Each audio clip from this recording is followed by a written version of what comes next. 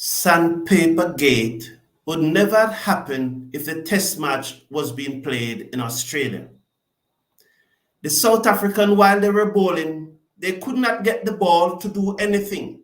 It was going through as straight as an arrow. But while the Australian were bowling, the South African realizing that the ball was reverse swinging and it was deviating a lot through the air and off the pitch. They asked the broadcaster, which is Super Sport, a South African company that was producing the test match, to follow the ball. After following the ball, they realized that something suspicious was going on. At the end of it, Bancroft, Warner, and Smith was suspended from Test cricket. If this match was being played in Australia, it would never have happened. They would never have caught them. Hello, everyone. Welcome to the show. Thank you for being here. This may well be the final piece I am doing on the Cricket World Cup 2024. I just want to say to the people in the Eastern Caribbean, from Barbados to Antigua to Trinidad to Dominica, all those places that I visited over the past 4 weeks, I hope that you will stay safe. I hope that the hurricane will not affect you. It is going to hit probably Grenada hardest, or it probably would have hit Grenada hardest already. But please stay safe. And, I look back at it and said, what a good decision. Maybe God was leading me why I got out early. Because in truth and fact, I should have left Barbados last night.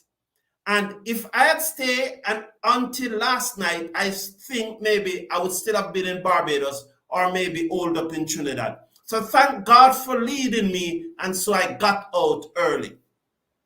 Now, the biggest controversy that is rocking the World Cup was the dismissal of David Miller on the first delivery of the final over, as South Africa seek to get 16 runs to win their first World Cup.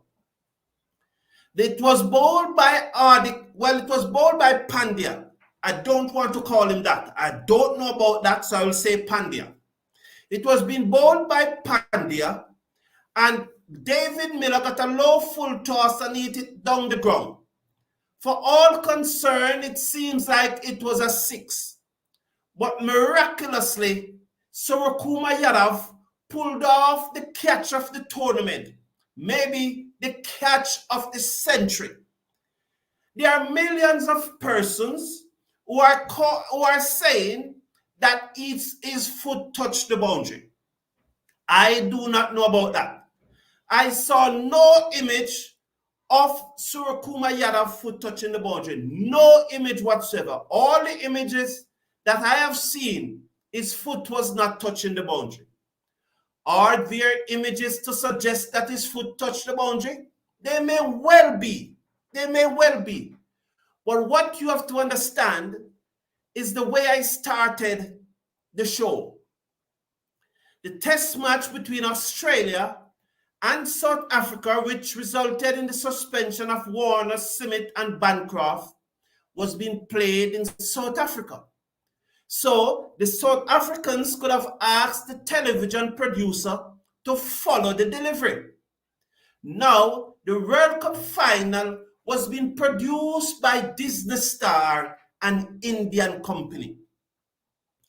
Do you think if there was an image to show that Suryakumar Yadav foot touched the boundary, do you think that producer want to be that guy that deny India winning the World Cup when he knows he has to go back to India? I am not saying that that's what happened, but just in case, I always spoke of hometown decision. So on this occasion, look at the television producer as making a hometown decision. I am certain that if it was India that was batting, we would have seen far more replay. The decision would have taken a longer time to come up. We would have seen many more angles. But from the angles that I have seen, there's no evidence that Suryakumar Yadav foot touched the boundary. There's absolutely no evidence. And as far as I'm concerned, it was a fair catch. Did his foot touch the boundary? This debate will go on for years. But I want to make the point, though, that I hope West Indian umpires are looking on and realize the importance of hometown decision. Because I am using the producer of the match, who was Disney Star, as the hometown guy. And he has to give that 50-50 decision in favor of his country. I hope West Indian umpires are looking on. So many times we have seen our umpires in the region giving 50-50 decisions against the West Indies team. I am warning those West Indies umpires that it's not like that at all. It doesn't happen anywhere else in the world. And those West Indies umpires, they need to recognize that if the decision is not 100%, West must always get the benefit of the doubt whenever they are umpiring a West Indies match. Just like on Saturday, that producer from Disney Star who was producing the World Feed, he was never going to show an anger even if he has won. I'm not saying that he has won. And I cannot blame him for not showing more angers because the hometown decision has to be made. Did Suryakumar Yadav foot touch the ground, touch the boundary? It will be debated for years to come. However, on the evidence we are seeing, his foot did not touch the boundary. Now, I wanted South Africa to win that match. During my live watch along, I said I want South Africa to win the match. And I thought that ball went for 6.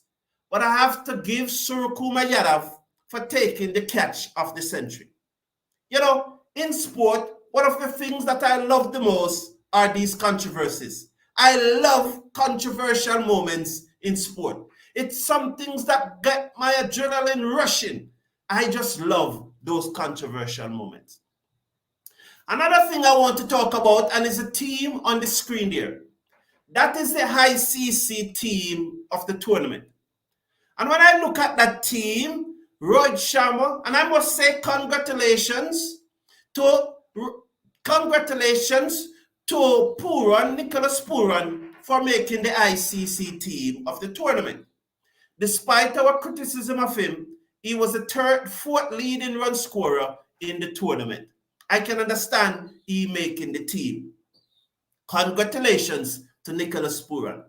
I cannot understand, however, how someone like Suryakumar Yadav, who took the catch of the century in the final, is in the team of the tournament. How could he be in it ahead of someone like Andre Goose from the United States, or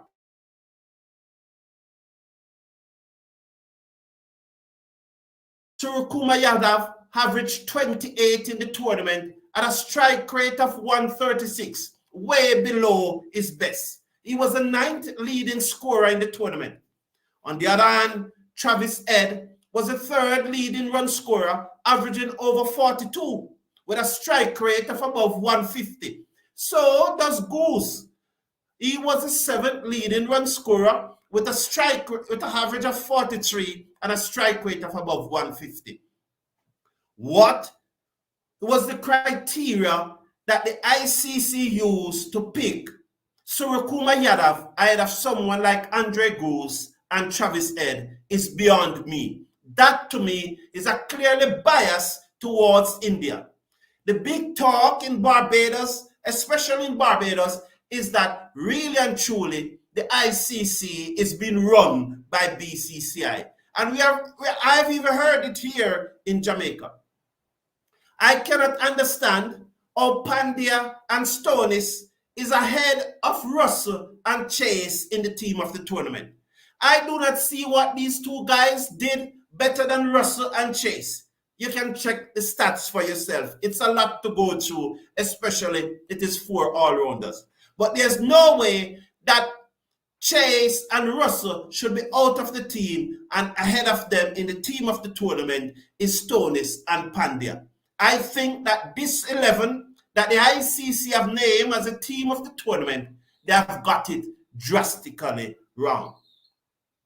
During the hype of the World Cup, I have touched on it sometimes, but the women team, the West Indies senior women team, have beaten Sri Lanka 2-1 in their T20 series. After losing the first 4 matches in Sri Lanka, that is, they lost the 3 ODI and then the first T20, they bounced back to win the next 2 T20 to win the series 2-1. Congratulations to the West Indies women, and I'm very happy that they were able to win this series. The World Cup starts on the 5th of October, I think, with a match against South Africa, and we look forward to that.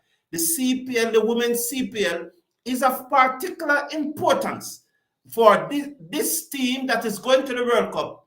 The performances in the women's CPL will determine a lot, will have a big determination on those that make that team. Now, tomorrow morning, I will be doing my playing 11 for the West Indies' first test match in India, which starts, not in India, in England, which start next week, Wednesday. Join me then as I look at the playing 11. Interestingly though, I realized that Teddy Bishop is now captaining the West Indies emerging team, despite Naeem Young is still playing. And I would love to know what happened there. If there were some disciplinary issues, or they just think that Teddy Bishop is a much better captain than Naeem Young, or was it now because Teddy Bishop is a senior West Indies player, having played those 2 matches in Australia, then there's no way Naeem Young can captain a senior West Indies players. It will be very interesting to know how this decision was made. But as usual, we are not hearing from the West Indies, and we really don't know what happened there. I thank you to be here. I really enjoy your company. That's it for me from this morning. I will now just run through your comments as quickly as possible. How are you doing, Sadiq? So I do not understand. I do not understand. Christopher Bristol, welcome. 6 runs. It was not out. Okay. And I understand that a lot of persons are saying that, but I personally did not see Yadav foot touching the boundary. And for me, it is out. For me, it is out. And I can't blame Business Star, even if they have an image, even if they have an angle to show that it was out. I am not going to blame Business Star, because I am not here telling you. I try to be decent and someone of high integrity and good moral. But if I was the producer then, and I'm an India, and it was West Indies fielding, and the situation was the same, I would not be giving you many angles. I would give you 1 or 2 angles, just like the producer did then on Saturday. I'm telling you the truth. If it was West Indies in that position, and I was the producer, and that same situation arise, maybe you would have 1 angle and 1 replay. I'm telling you the truth. I'm telling you the truth. So I cannot blame him. Kush, how are you? Welcome to the show, man. Good to have you here. It was clear out. Skyleg didn't hit the boundary. And those who are saying that it was 6 because of boundary line being behind has zero cricket knowledge. Now, boundary cushion was not behind for that ball. It's a part and parcel of the game. Now, Kush, I want to say something about the point that you made, because I must make that point. I'm practically reinforcing it. From time to time, when more than 1 matches are played at the same venue, because they use different pitch on the square, the boundary will be shifted. And you will see mark of where the boundary was for previous matches and so on. The pitch that was used was one of the center pitch. Kensington Oval have 6 pitches on the square. So it was one of the center pitch that was used. And I'm assuming that the groundsmen would have adjusted the boundary to suit that center pitch that was being used. Not because you see that boundary mark and the cushion behind it, it necessarily means that it shifted in the match. It could not have shifted in the match and you see the mark there. It would have been too quick, too early. My best conclusion from seeing the boundary mark is that based on the pitch that they were using, the boundary was adjusted, as happened all over the world from time to time. When you are playing more than one matches at the same venue, you're using different pitches and you are adjusting the boundaries according to the pitch that you use. So that mark that persons are saying that the boundary shifted, I am not going to buy that. I don't think anything, for want of a better term, mischievous or hanky-panky took place there. I just think, as Kush said, it is part and parcel of the games. And Christopher is replying to Push. Mr. Casanova said that Pandya got a controversial name. Well, Mr. Casanova, well, that's why I don't go there. You know, I will never go there. That catch looks like a clean catch, and I'm very biased towards India and wanted them to lose badly. All the evidence that we have seen, I think, and I said it at the beginning, I will say it again, is the catch of the century. Based on the pressure that he was facing, based on how hard Miller hit that ball, based on what was at stake, and for him to do that so cool and collectively, because one of the time I thought that he actually saved the boundary. I never expect him to get back and catch the ball. It was brilliant by Suryakumar Yadav. I really appreciate it. Good morning, Jamur Small. Good morning, good morning. Remember, Kush, we are not calling him that. He's Pandya. He's not that. We do not know about that. Everyone knows BCCI runs international cricket. That is a general perception. Kush, I really love Kush because Kush is an Indian and he's going to defend it. And so one of the things that I've always said about this community is that we strive on the different viewpoints.